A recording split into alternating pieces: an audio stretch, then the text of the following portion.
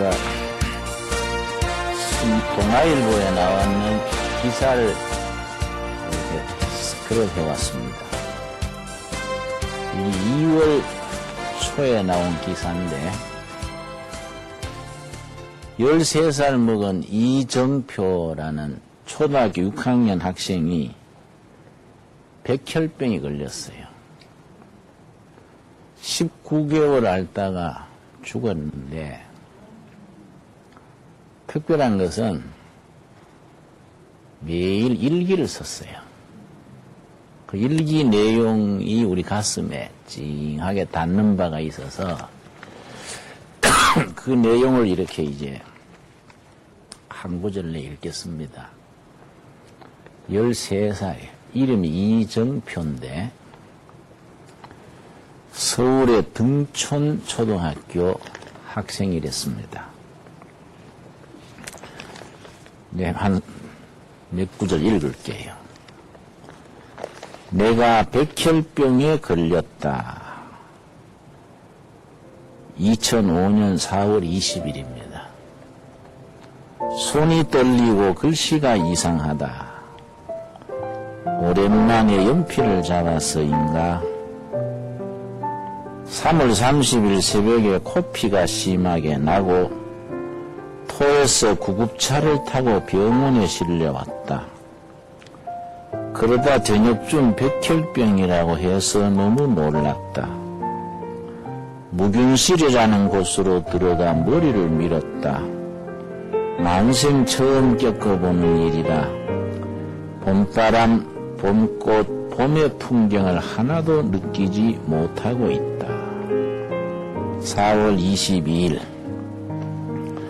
1년을 기다린 생일날이다. 하지만 난데없이 백혈병이란 놈이 내 몸속에 들어와 병원에서 보내게 되었다. 너무 억울하고 슬프다. 이렇게 허무하게 보내다니 왜 내 인생은 이럴까. 11살에 백혈병이 오다니 억울하고 슬프다. 맞는 골수가 없다 한다. 엄마를 믿고 용기를 내자. 옆 침대 아이가 죽었다.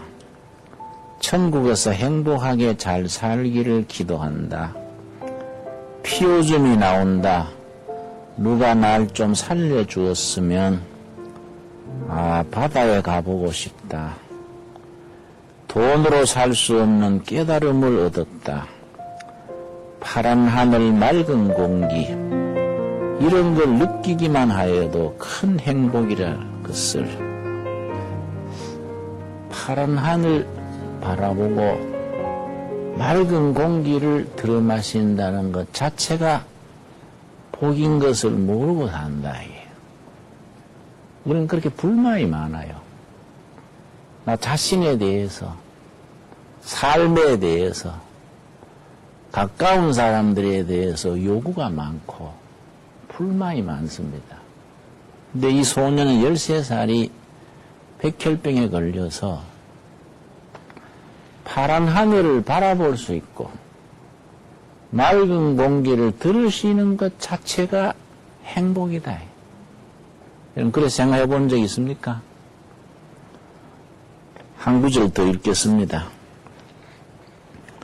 나는 비싼 등록금을 내고 사립학교에 다니는 친구들, 학원에서 가해받는 친구들이 전혀 부럽지 않다. 병원이라는 학교에서 소아백혈병이라는 전문 과목을 1년 동안 온몸으로 배웠고 숨쉬고 살아있다는 것이 얼마나 대단하고 감사한 일인지를 알게 됐다. 숨쉬고 살아있다는 것이 감사하다. 난 친구들이 감히 상상도 하지 못하는 1억 원짜리 고액 가해를 받고 있다. 파란 하늘, 맑은 공기 이런 걸 느끼기만 하여도 얼마나 행복한지 몰라. 학교 다닐 때는 운동장에 흙을 밟고 다니는 것이 당연하다고 생각했는데 지금은 그 흙이 너무나 감사하다. 한줌 흙을 떠서 혹시라도 거기서 지렁이가 나오면 오 아가야 하며 꿈틀대는 모습에 감격할 거야. 1월 14일 날 숨을 거뒀는데 엄마 아버지가 옆에서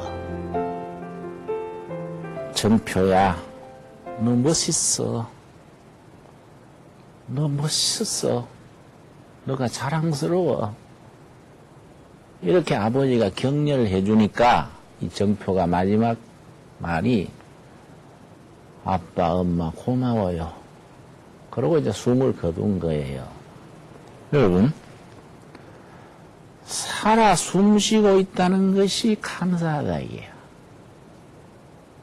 지금 또 밖에 나가면 푸른 하늘 볼 수 있잖아요.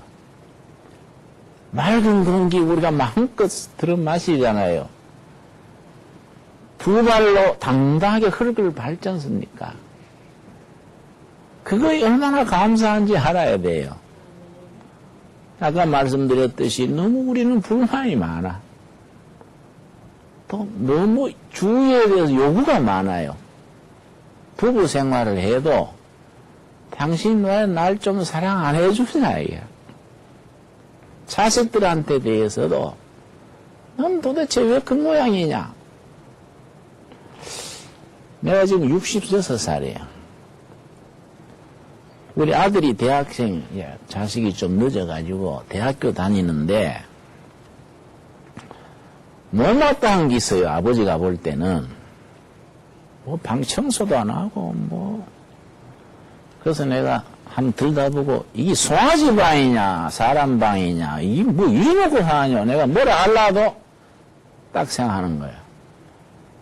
걔들이 지금 20대 중반이란 말이야 아들이. 뭘 생각하느냐면은 내가 그 나이 때 어떡했지? 생각해보면 내보다 나은 거예요. 나는 걔들 나이에 더 엉망이랬어. 그래서 내가 그 말을 멈추는 거예요. 우리 이웃에 대해서 너무 요구가 많고 불만이 많은데 우리가 마음을 돌려야 돼요. 살아 숨쉬고 있다는 것이 감사하다. 맑은 공기 숨쉬고 흙을 밟고 다니고 이게 고맙다는 걸 알아야 된다 이거지요. 그지요? 응? 이런 소박한 신앙이 참 중요해요. 여러분, 내가 두레마을에 있는데 몇 년 전 얘기입니다. 밤 11시가 지났는데 서울서 누가 왔다 그랬어요. 하루 종일 활동하고 피곤하잖아요. 그래서 내가 에이 무슨 손님이 뭐 끝도 없냐. 밤중에 또 누가 찾아왔냐. 근데 또 옷을 다시 주워 입고 나갔더니 30대 초 아줌마가 왔는데 본 인물은 잘생겼는데 머리가 아주 푸석해요. 빗질도 제대로 안 하고 속치마가 쑥 빠졌어.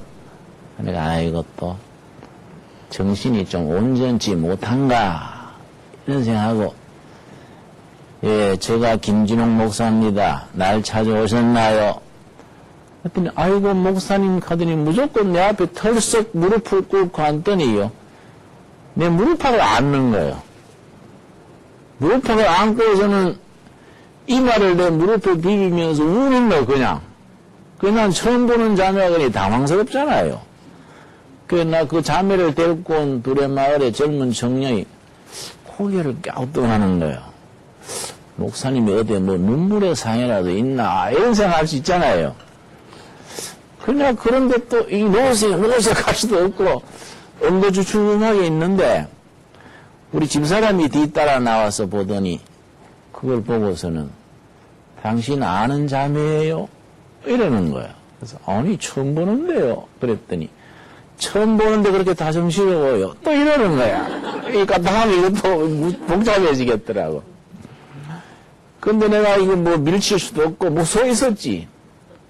한참 울더니 정신이 드는가 뒤로 한 발자국 물러 앉으면서 아이고 목사님 죄송합니다.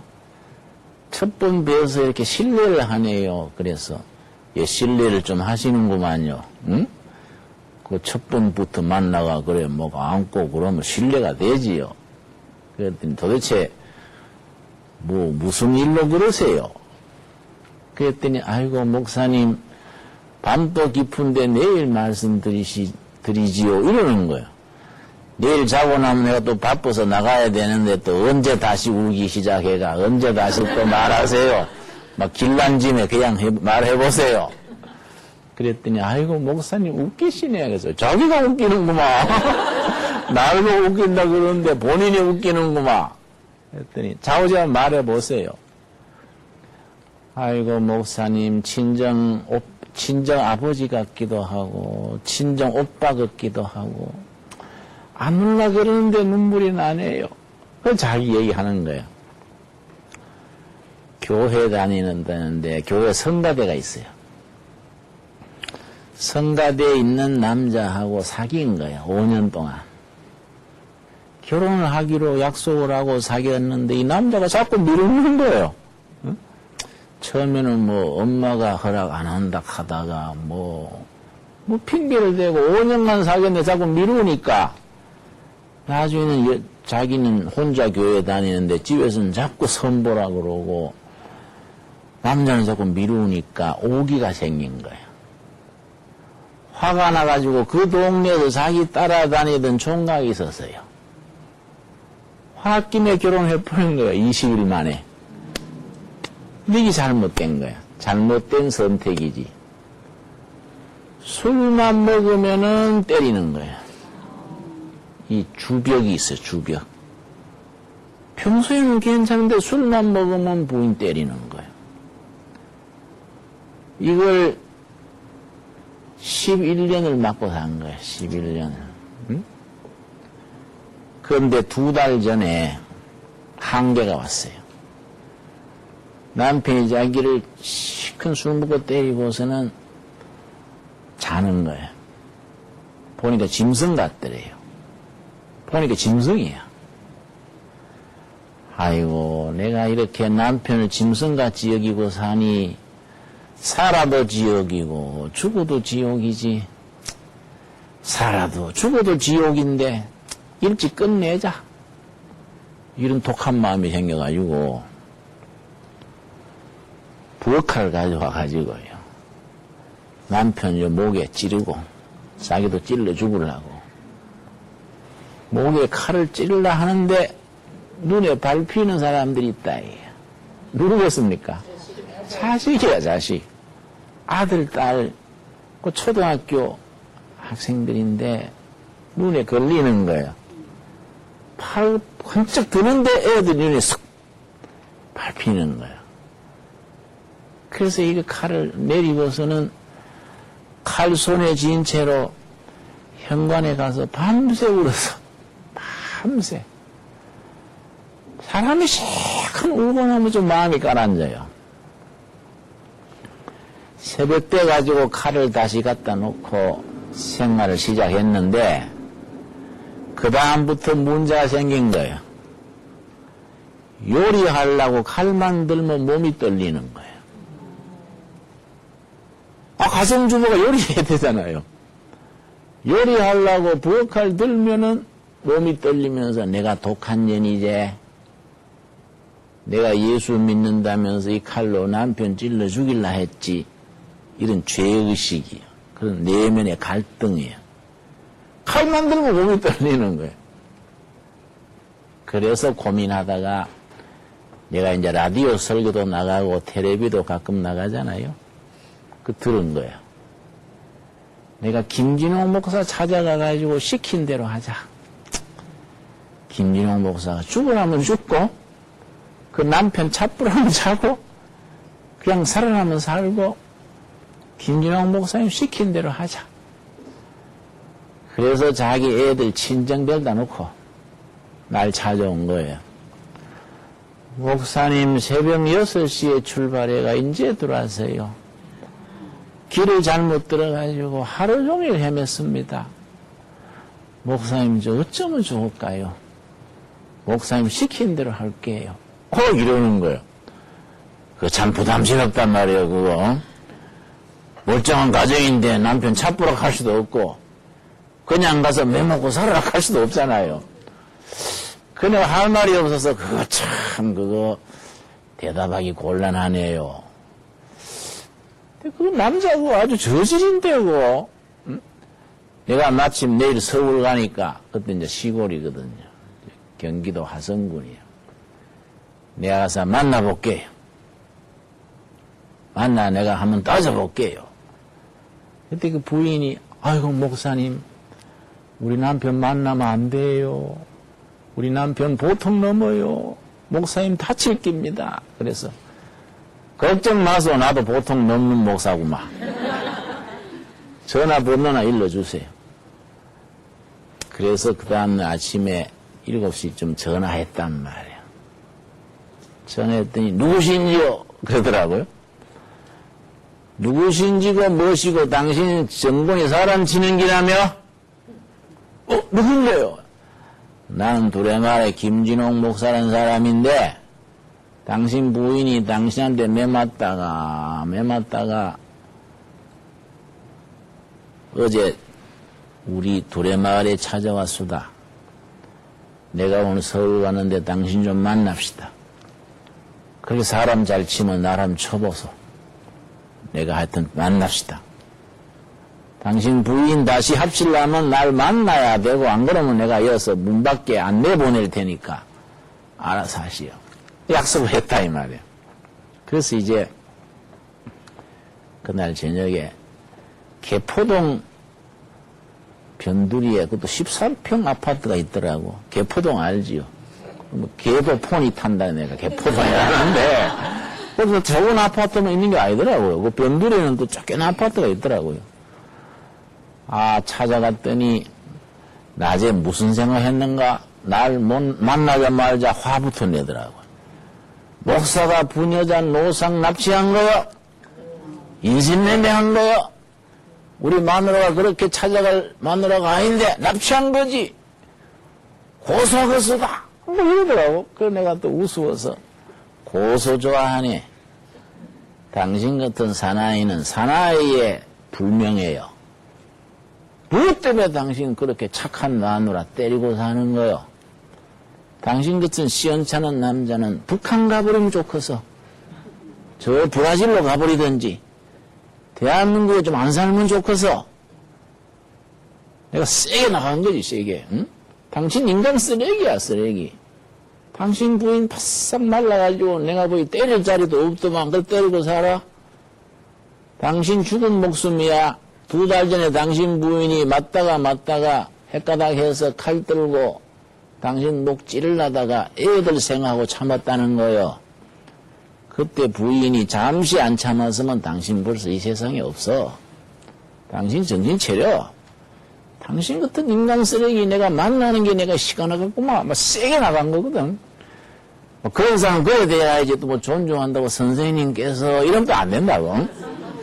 세게 그랬더니 이 사람이 딱 주저앉더니 눈물을 글썽이면서 맞습니다.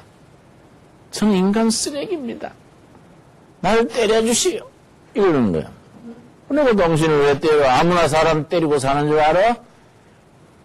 근데 눈물을 뚝뚝 떨어뜨리면서 아닙니다. 저는 매 맞아야 됩니다. 이러고 우는 거예요. 그보다 측은하더라고. 안 그래요?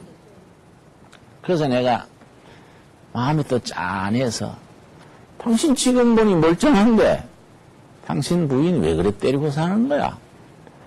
이 자기 얘기 나오는 거예요. 6살에 자기 엄마가 위암으로 죽었대요. 6살이면 엄마의 사랑이 정말 필요할 때 아닙니까?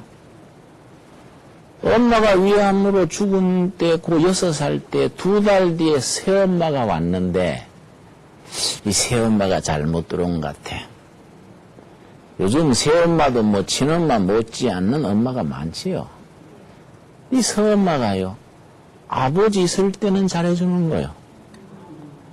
아버지만 없으면 쥐박는 거예요. 아버지 있을 때는 잘해주니까 아버지가 모르는 거예요. 야, 니는 엄마 복이 있다. 친엄마 이상이구나.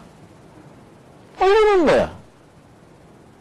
아버지만 없으면 막 쥐받고 학대하고 견디다 못해가지고 사랑받아야 될 나이에 사랑을 못 받고 미움과 한이 진 거예요.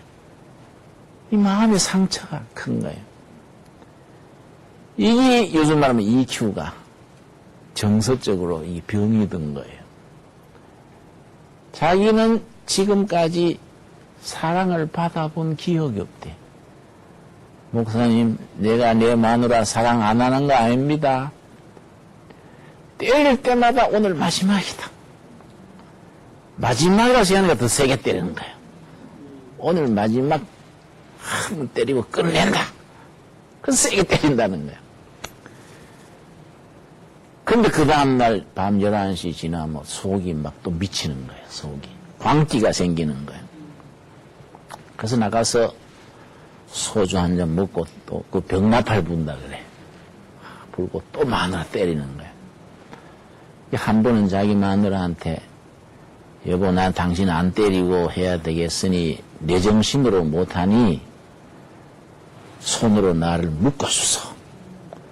나를 묶어놓고 당신 이웃집에 가서 피해 있으세요. 자기도 고쳐보려고 애쓴 거야, 안 그래요? 그래서 헌 넥타이를 가지고 자기 손을 묶어주고 부인이 옆집에 가서 당신 혹시 무슨 일이 있으면 내 누구 집에 있을게요 일러주고 갔는데 12시 가까워오니까 속이 미치겠는 거예요.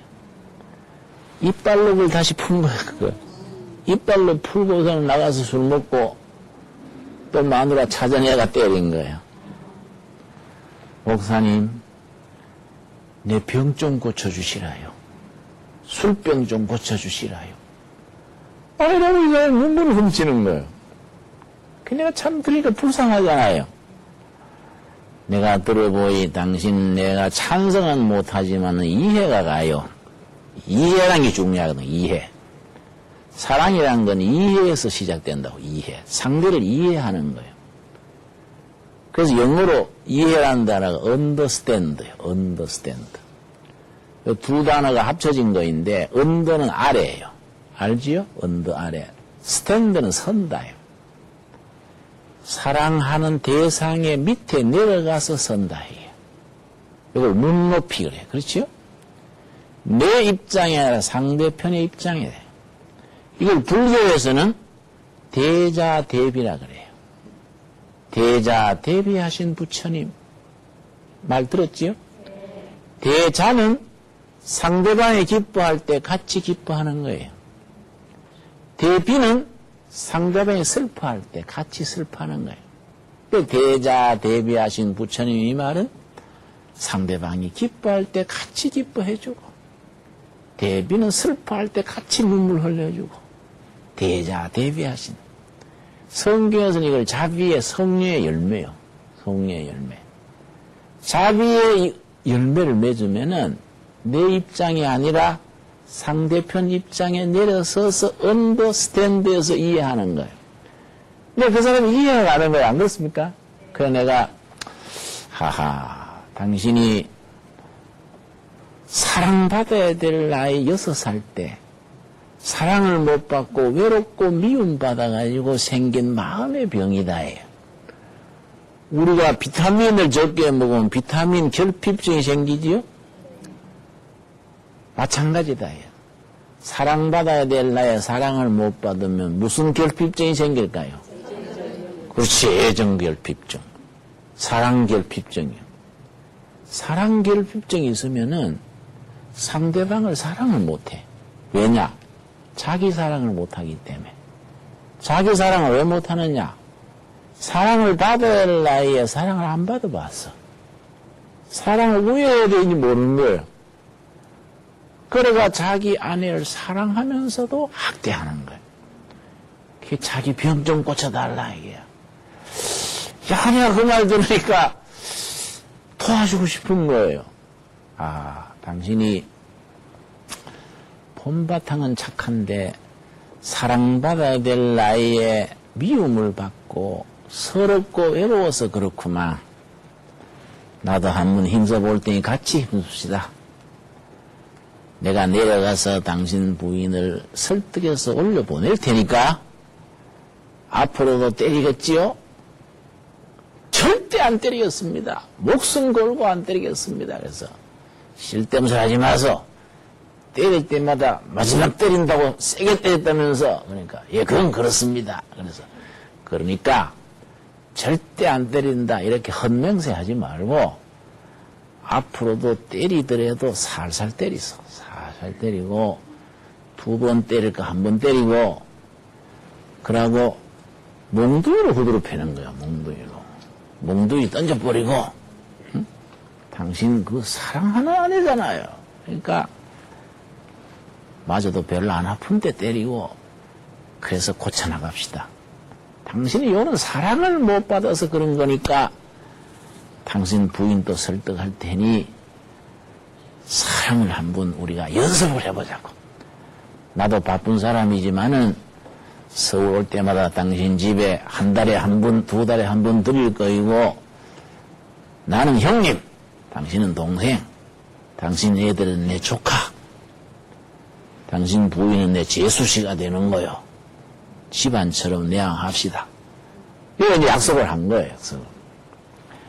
투레 말에 와가지고 이제 그 부인한테 부인 내가 오늘 가서 남편 만났습니다. 그랬더니 아이고 무사히 오셔서 다행이네요. 제가 무사하시도록 기도했습니다. 그래서 그럼 무사하지요. 남자들의 세계는 또 달라요. 근데 부인 내가 한 가지 부탁을 합시다. 뭐예요? 그래서 부인 남편한테 돌아가서 1년만 더 노력해 봅시다. 내가 얘기를 들어보니까 6살 때 엄마 위암으로 돌아가시고 새엄마 만나면서 생긴 병이니 하루 이틀에 고쳐질 병이 아닙니다. 최소한으로 1년은 우리가 투자를 해야 돼요. 사랑 못 받아 생긴 병이니까 사랑을 우리가 자꾸 북돋아주고 결국은 예수님의 사랑을 알도록 그렇게 해줍시다. 그래가지고 1년 해보고 아마 덜할 깁니다. 1년 뒤에도 계속 맞으면은 그때 가서는 막 조치를 합시다. 내가 도래마을 추럭 갖고 올라가서 짐 싸들고 내려올 테니까 1년간 노력을 해봅시다. 그랬더니 부인이 착해요. 눈물을 훔치면서 우리 남편만 변하면은 10년이라도 못 참겠어요. 이러는 거예요. 지금까지 11년 맞은 것도 많으니까 1년만 더 재웁시다. 1년만. 그래 이제 보냈단 말이에요. 그 뒤에 내가 이제 자주 그 집에 가는 거예요. 가보면은 달라져요. 의젓해지고 남자가 자신이 있어지면 의젓해지고 여유가 생긴다 이 말이에요. 부인도 기미도 빠지기 시작하고 아주 투피스 딱 해있고 화장도 하고 옛날과 다르더라고. 처음 볼 때는 뭐 속치마 쑥 빠지고 뭐 이랬는데 사람이 달라지는 거예요. 애들도 활발해지고 내가 가면은 삼촌 오셨다 인사해라 이러고 남자 아주 우젓한 거예요. 잘 때 가는구나 했는데 그 뒤에 1년 뒤에 명절 때 아주 애들 다 데리고 소고기 5건 사가지고 우리 집에 찾아왔어요. 찾아와가지고 애들한테 얘들아 삼촌께 인사드려. 형님 제가 뭐 좀 사왔습니다. 그러고 소고기 다 내놓고 식구들이 절하는 거예요. 내가 얼마나 기쁜지 내가. 여러분 우리가요 사람을 도와주는데 물질을 도와주는 것은 사실은 적은 겁니다.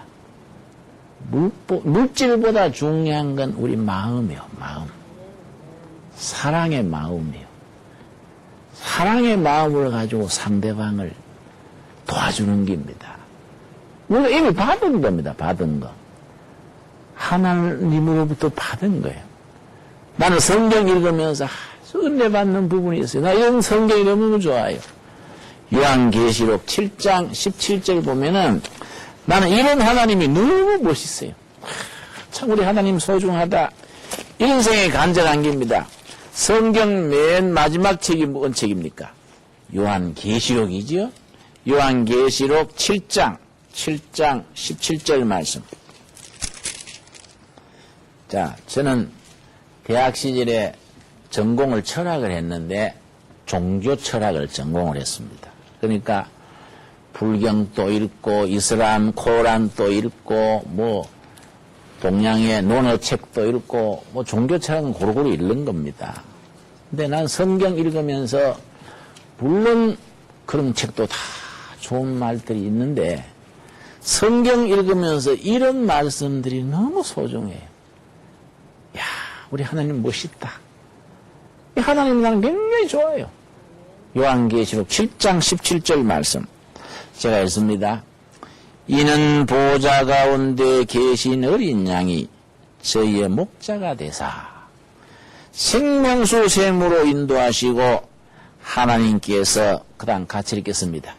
저희 눈에서 모든 눈물을 씻어 주실 것임이라라.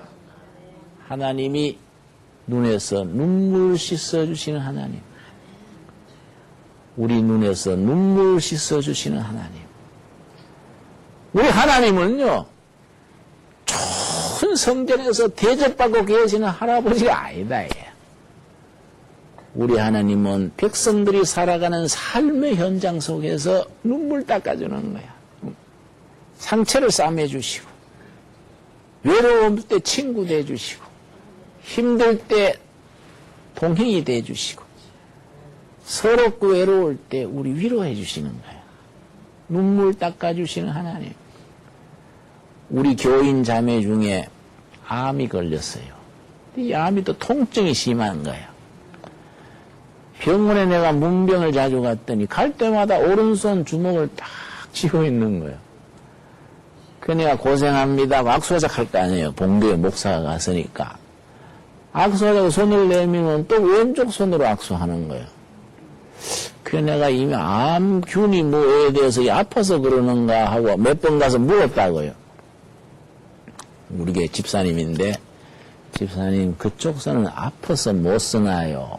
그랬더니 아이고 목사님 죄송합니다. 그런 게 아니고요.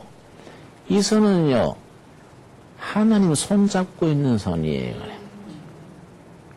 통증이 올 때마다 불치병에 참 고통스러울 때마다 하나님이 내 손잡아 주신다.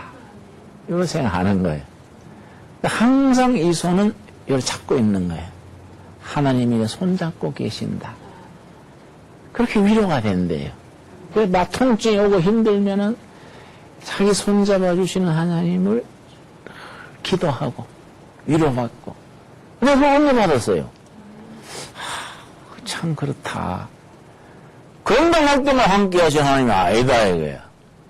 외로울 때, 병중에서 힘들 때 함께 하시는 거이죠. 그래서 옛날 다윗 왕이 청년 시절에 아주 어려운 길을 헤맬 때 하나님을 목자로 양떼를 지키는 목자에 비유해서 시를 썼습니다. 시편 23편이에요. 우리 한번 찾아보겠습니다. 시편 23편. 우리 눈물을 닦아주시고 길잡이가 되어주시고 때를 따라 우리를 인도하시는 목자 되신 하나님. 시편 23편이 참 인생의 어려운 길을 걸어가면서 청년 다윗이 자기 신앙 고백으로 하나님을 높인 거예요. 시편 23편 1절입니다. 여호와는 나의 뭡니까? 목자시니. 우린 다 양떼고 하나님 목자야 목자. 여호와는 나의 목자시니 내가 부족함이 없으리로다. 2절 우리 같이 읽겠습니다. 그가 나를 푸른 초장에 누이시며 쉴만한 물가로 인도하시는도다. 여러분 6.25 때 인민군이 쳐들어와서 이승만 대통령 정부가 정부를 진해로 옮겼습니다. 진해로 옮길 때 미국에서는요, 메가더 장군 이쪽에서는 일본으로 옮기라 그랬어요. 처음에는 막 인민군이 막 메고 내려왔잖아요. 이 한반도를 지탱 못할 줄 알고 일본에다가 정부를 옮기라 그런데 이승만 대통령이 아니다. 나는 서울서 옮기기만 해도 가슴 아픈데 나는 조국을 지키다가 진해 앞바다에 빠져 죽어도 일본으로 갈 수 없다.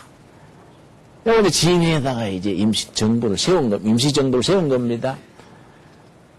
첫 번째 예배 드릴 때, 진해로 가서 첫 번째 예배 드릴 때, 예배에 이제 삼군 장성 장관 피난지에서 예배 드리잖아요.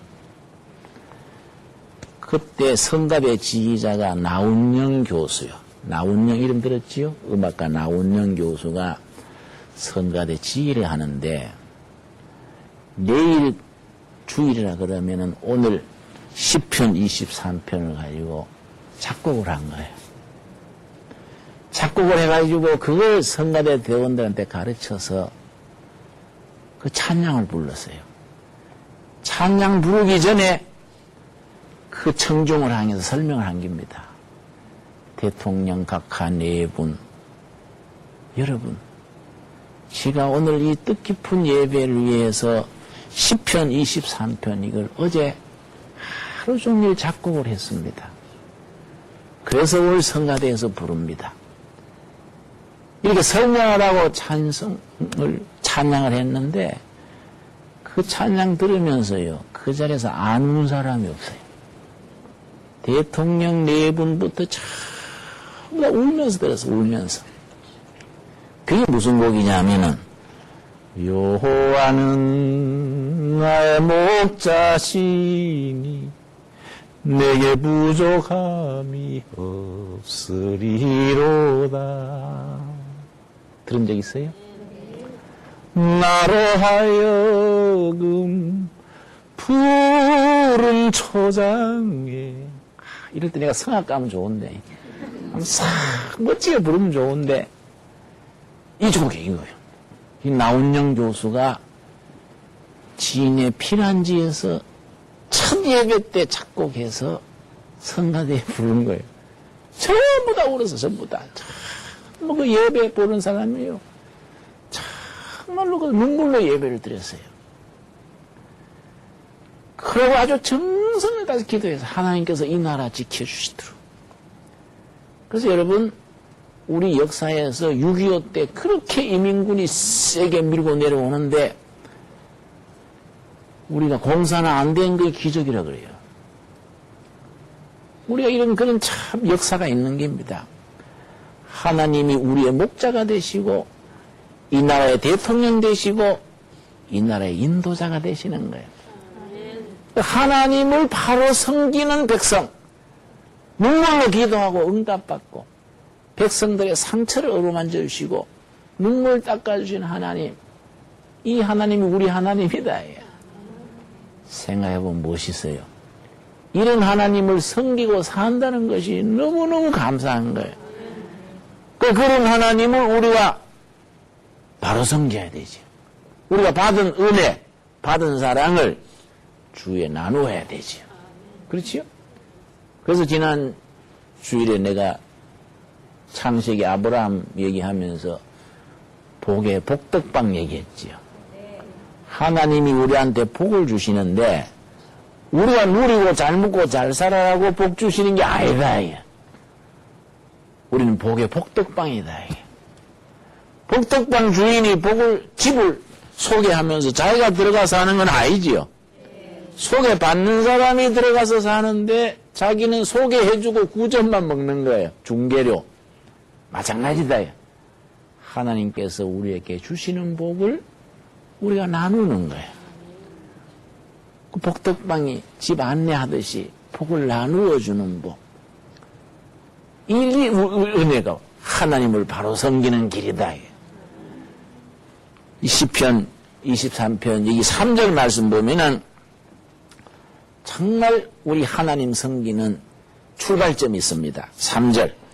내 영혼을 소생시키시고, 우리 영혼이 기진맥진할 때 있지요? 기진맥진해가지고, 아주 애부당도 가기 싫고, 악심되고, 세상이 귀찮고, 그럴 때가 있어요. 하나님의 영, 성령님이 우리 영혼을 소생시켰습니다. 내 영혼을 소생시키시고, 그 다음 뭡니까? 자기 이름을 위하여 의의 길로 인도하시는도다. 하나님의 이름 때문에 우리를 바른 길로 인도하시니까 결론은 뭐이냐? 하나님의 이름을 자꾸 불러야 돼. 아침에 일어나서 하나님 이름 부르면서 기도하고, 저녁에 잠들 때 하나님 이름을 부릅니다. 영광 받아 주십시오. 이름을 부르고, 그 이름을 위하여 우리가 인도하시는 하나님 믿고 열심히 여호와의 이름 부르면서 기도하는 겁니다. 그러니까 우리가 하는 게 좀 시원찮고 하나님 보시기에 영 마음에 안 들어도, 우리가 하는 게 시원찮아도 하나님 보시기에 우리가 자꾸 여호와의 이름을 부르면 하나님께서 자기 이름 때문에 우리를 바른 길로 인도하신다. 그래, 오늘 또 저녁에 주무시기 전에 여호와 아버지 오늘 이름 부릅니다. 기도드립니다. 날 봐주실 줄 믿습니다. 이게 신앙생활이에요. 그래야지 뭐 세상 사람처럼 다 같이 한숨 쉬고 짜증내고 뭐 이래서 하면 우리가 신앙생활 할 거 없잖아요. 어려운 일이 있을 때 무릎을 꿇고 여호와 이름 부르고, 또 주위에 어려운 사람이 있으면 우리 받은 것 생각하고 나누는 거예요. 이런 생활 하면 하나님께서 우리의 길잡이가 되시는 거예요. 그래서 그 이름을 인하여 우리를 의의 길로 인도하시는도다. 여호와는 나의 목자 되셔서 우리 살아가는 삶의 현장 속에 하나님이 함께 하시는 겁니다. 이걸 요한복음 1장 14절에 뭐라 그랬냐면은, 마지막 한 절 더 읽고 또 오늘 말씀 마칩시다. 요한복음 1장 12절 말씀 보면은 우리 살아가는 삶의 현장 한가운데에 계시는 하나님이요. 1장 14절 말씀. 말씀이 육신이 되어 우리 가운데 거하심에, 여러분 연필 있으면 가운데 거하심에 나중에 표를 하세요. 우리 가운데. 심령 한가운데가 아니에요. 삶의 현장 한가운데. 남편과 아내 사이, 부모와 자식, 살아가는 삶의 현장 한가운데. 장사하는 사람 장사터 한가운데. 학생은 도서실 강의실 한가운데. 가정주부는 살림살이 하는 한가운데. 이해갑니까? 우리 심령 한가운데가 아니에요. 살아가는 삶의 한가운데 함께 거하신다. 하나님이 여러분의 살아가는 삶의 가정 중심, 직장 중심, 삶의 현장 한가운데 함께 하시는 하나님을 높이고 이름 부르고 찬양하고 받은 사랑을 나누는 우리 삶이 되기를 바랍니다. 감사합니다. 오늘 거기까지 하겠습니다. 내가 지금까지 지내온 것은 주의 은혜라, 주의 은혜라. 지금까지 지내온 것은 내가 지금까지